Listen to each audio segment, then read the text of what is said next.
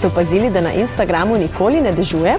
To pa zato, ker tu radi objavljamo same lepe reči. Večina ljudi ne objavlja, ko jokajo, ko imajo nervous breakdowne, ampak pač objavljajo takrat, ko se smejijo, ko so na potovanjih. Tako neke svoje dosežke, s katerimi se lahko nekako hvalimo pred drugimi. Platforme, kot so Instagram in Facebook, so zasnovane tako, da te čim dlje časa zadržijo pred ekranom.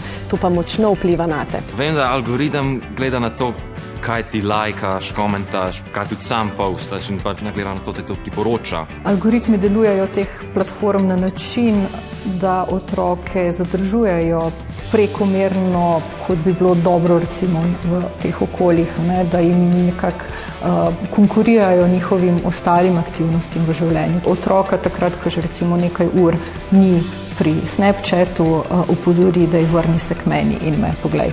Vidiš kakšne ljudi, ki jih poznaš in ne vem, so na kakih počitnicah ali pa pač ne vem, nasplošno pač ful dobro izgledajo in pač se pa slabo počutiš o svojem izgledu ali pa o svojem življenju nasplošno. Se v podjetju Metaverse zelo očitno in jasno in dobro zavedajo, kaj se dogaja in kako škodljive so posledice algoritmov, ki nekako prežijo na pozornost otrok in mladostnikov.